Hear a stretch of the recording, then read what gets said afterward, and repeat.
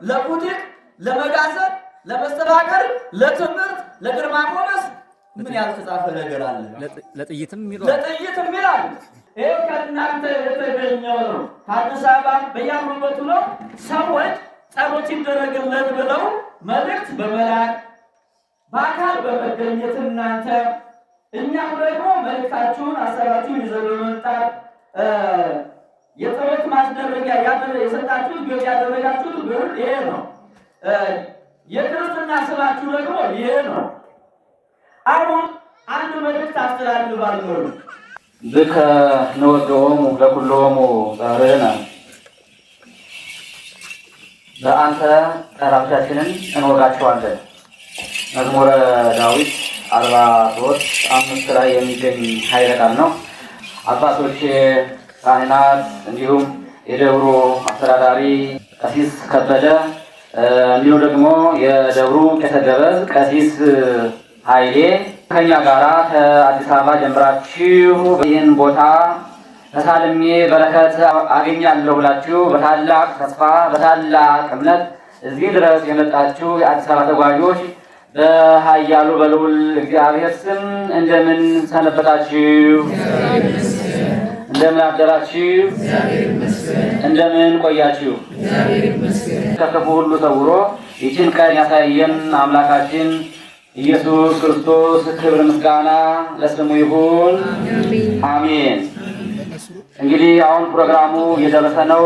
በተለይ ደግሞ በጉጉት የምንጠብቀው ቸኩለን የመጣንለት እኛ እዚህ ጋር ስንጸልይ ስንወድቅ እዛ ጋር ያሉት የእኛ ጠላቶች የሚወድቁበት በሕይወት ዘመን ሁሉ በዘመናችን በዙሪያችን ሁሉ የከበቡን ከባድ ፈተናዎች ሁሉ እዚህ ቦታ ስንመጣ እነሱ እዛ የሚቸገሩበትን ሰዓት የምናይበት ደርሷልና ወደሱ እንጓዛለን።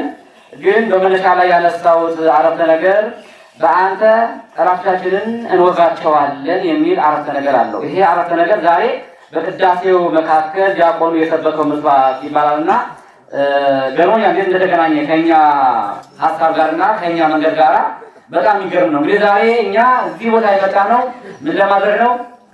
ጠላቶቻችንን በኃይሉ በጸሎቱ በአምደው ሚካኤል ለመውጋት ነውና እንደዚህ የሚል አረፍተ ነገር በቅዳሴው መካከል ስላገኘው ነው።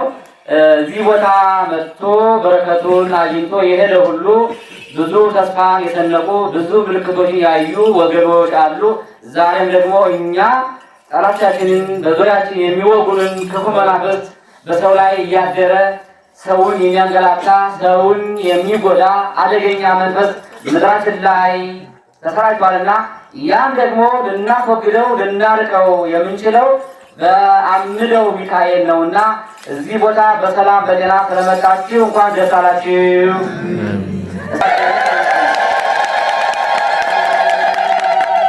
እንኳን በሰላም በጤና ተገናኘን። በሰላም በጤና እንኳንም ይህን ቦታ ረገጥን።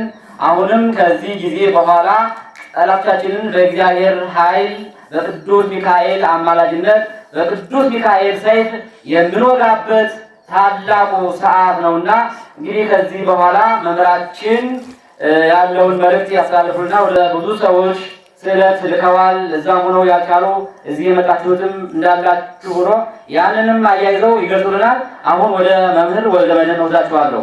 እግዚአብሔር ለእኔና ለእናንተ የተሻለ ነገር አለ ወገኖቼ። ተጣሉላችሁ እግዚአብሔር ከሁላችንም ጋር ይሁን። አሁን ዛሬ እናንተ በዚህ ቦታ ላይ ስትገኙ ይህንን ሸክም ሁሉ ያራግፍልኛል ብላችሁ ለመጣችሁ ግዴታችሁን እግዚአብሔር ለእኔና ለእናንተ ሸክማችንን ያራግፋል ማለት ነው። ጸሎት ይደረግልን ብላችሁ በዚህ ቦታ ላይ እየተማጠናችሁ ሁሉ አምነው ቅዱስ ሚካኤል ጸሎታችሁን ሰምቶ ጥላታችሁን ገድሎ የምትመሰክሩበት ቀንና ጊዜ አለ። አያችሁ፣ ይሄ ከእናንተ የተገኘው ነው።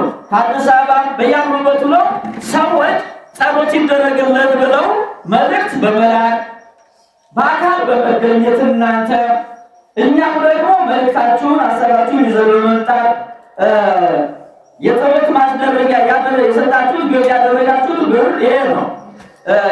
የክርስትና ስማችሁ ደግሞ ይሄ ነው። አሁን አንድ መልእክት አስተላልፋለሁ። አባቶች ካህናት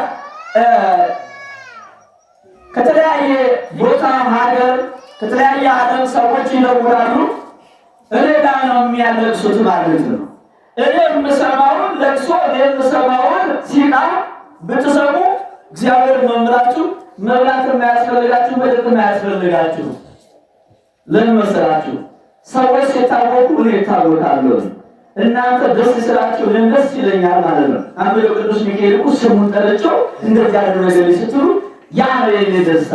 ስለዚህ አባቶች ካህናት አሁን የድን ስለ ክርስትና የምታደርጉልኝ መንበር ላይ ነው። በአምደው በቅዱስ ሚካኤል ስም ነው የምጠይቃቸው። አባቶች ካህናት መንበር ላይ አስቀምጣችሁ ጸሎት ታደርጋላችሁ፣ አትደውሉልኝ ያላችሁ። ምክንያቱም የተጨነቀ ህዝብ ነው እዚህ የመጣው፣ ያዘነ ህዝብ ነው እዚህ የመጣው። ስለዚህ መንበር ላይ አስቀምጡ፣ ቅዱስ ሚካኤል እፍ ይልበታል ማለት ነው። ታሪካችን ይቀየራል። ዛሬ እንድትሞት የተወለደባት እህት አለች። እንዲሞት ጥላ ወጊ የሞት መንፈስ የተላከበት ቤተሰብ ወገን አለ ማለት ነው። አያችሁ፣ ግደል ተብሎ የተላከ የደፍተራ መተት አለ። የሚገርማችሁ ነገር በየቲክቶኩ በየቴሌግራሙ እየተላከ ሰዎች እዛ ላይ እየገቡ በእኛ ሚዲያ ከስር ይጽፋሉ። ማንበብ ራሱ ይቻላል። ዛሬ ምስክር ነው። ልክ እኛ ስንለቅ እነሱ ከስር ደብተራዎቹ ስልካቸውን ያስቀምጣሉ። ምንድን ነበር ስታነቡልኝ የነበረው? ለቡቲክ፣ ለመጋዘን፣ ለመስተፋቅር፣ ለትምህርት፣ ለግርማ ሞገስ ምን ያልተጻፈ ነገር አለ? ለጥይትም ይላል።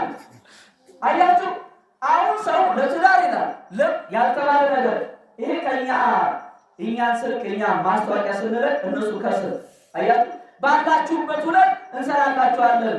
የት ነው? ሽላሻ ምናምን እንገኛለን፣ ጉብዝ ምናምን አድራሻቸው። ከዛ ደግሞ የሆነ ሰው ፎቶ ይለጥፋሉ። እነሱ አድራሻ ያላቸው አያችሁ፣ ትውልዱ እየጠፋ ነው ያለው። ከዛ በኋላ ምን ያደርጓቸዋል? ሰው እንዳለ እዛ ላይ ነው። አንዱ ላይ ሲነግሩኝ እንዲህ ብር በላ ሲሉ ሰርች ሳደርገው 44,000 ምናምን ተከታይ ያለው እንዳለ በተለይ በውጭ ዓለም ያለው ሰው በቃ አለቀ ተበላ። በቃ 30,000 100,000 ብር ያስገቡና ከዛ በኋላ መጽሐፉ አልከደን አለ ተገልጦ እና የመጽሐፍ መግለጫ እንደገና 100,000 ብር ላኪ 100,000 ብር እሱን ይልካሉ። አሁንም እምቢ አለ። አሁን መሪጌታ ከሌ ደግሞ ይሄ አነሰ ስራ አገልግሎት በዝቶብኛል ብሎ እንትን ስራ ላይ ብቻዬን ስራው አሁን ደግሞ 200,000 ብር ላኪ። ከዛ እንደ ብር የለኝም እንዳደረግ ተበደረሽ የሚሆን ላኪ። ማን ያበደረኛል? እንደዛ ካል አይደለም አንቺ ዘር ማንዘርሽ ያልቃል እየተባሉ እስኪ የኔ ሚዲያ ላይ ግቡና ስሙት እስኪ ስንት ሰው እያለቀሰ እንደሚመጣ ቤተ ወንጌል ተዋህዶ ሚዲያ ያላችሁ ስትገቡ ዩቲዩብ ላይ ታገኙታላችሁ። ካልሆነ ደግሞ የስፋት ያላችሁ ላይ አምደ ቅዱስ ሚካኤል ብላችሁ ሰርች ብታደርጉ ቀጥታ ያመጣላችኋል። በየቀኑ የሚለቀቅ አለ ማለት ነው። አምደ ቅዱስ ሚካኤል ብላችሁ ሰርች ብታደርጉ ይመጣል ማለት ነው። እና እኛ ወደዚህ ቦታ ዳሩ ምድር ማስታወቂያ ስንሰራ ግማሹ አጭበርባሪዎች ናቸው በምን እናውቃለን የሚልም አለ። እውነትን የሚከተላት የለም። አያችሁ፣ ብዙዎቻችሁ እስኪ ጉዳቸውን ብሎ የሚመጣ አለ። ያው እንግዲህ ጉዳችን ብዙ እየታየ ነው ማለት ነው። ጉድ ካለብን እንደዛ ነው። እግዚአብሔር ምሕረት ቸርነት ያለች ወጣቱ ታስሯል እንዳይማር አእምሮ የተወሰደበት አለ። ሱሰኛ እንዲሆን አለ። የዛሩ መንፈስ አለ። ይሄ በየጓዳ በየጎድጓዳው ጨሌው አያችሁ።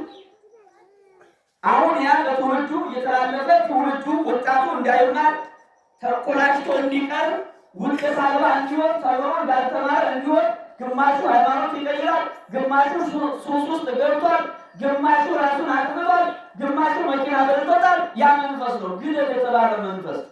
አያችሁ፣ ግደል የተባለ መንፈስ የሞት መንፈስ ተላወጊ ስለዚህ ትውልዱ በዚህ ተጠርጥሮ ነው ያለው። ነገር ግን አንደው ቅዱስ ሚካኤል ገዳም መጥቶ የማይፈታ ሰው የለም። ቀንና ጊዜ ሊኖር ይችላል። ይውላችሁ አንድ ቸኩል እንጂ ተረጋግተን ቀሩን እንጠብቅ እንጂ እንፈታለን። ጊዜ ተራውን ጠብቀን ማለት ነው። ደግሞ ይውላችሁ አንደው ቅዱስ ሚካኤል አንዴ ከጀመረ ሳያጸዳ ወደኋላ አይልም።